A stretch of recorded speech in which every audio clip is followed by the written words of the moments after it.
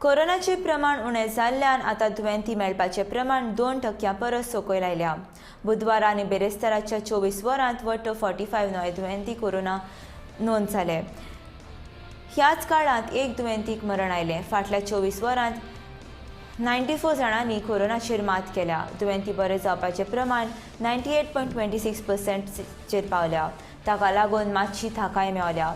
आतां मेरेन गोंयांत कोरोनाचे 2,44,906 दुयेंती मेवलेत, जाल्यार 2,40,701 दुयेंती बरे जाले। सक्रिय दुयेंतींचो आंकडो देंवन तो 407 पावला। बुधवारा उपचारा खातीर एक दुयेंतीक हॉस्पिटलांत दाखल केलो, जाल्यार बरे जाल्ल्यान एक दुयेंतीक डिस्चार्ज मेवलो।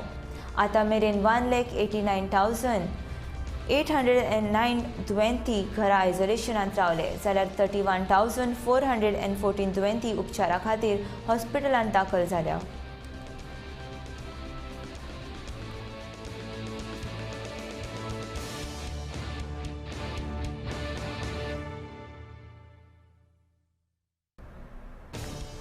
पांच वर्सां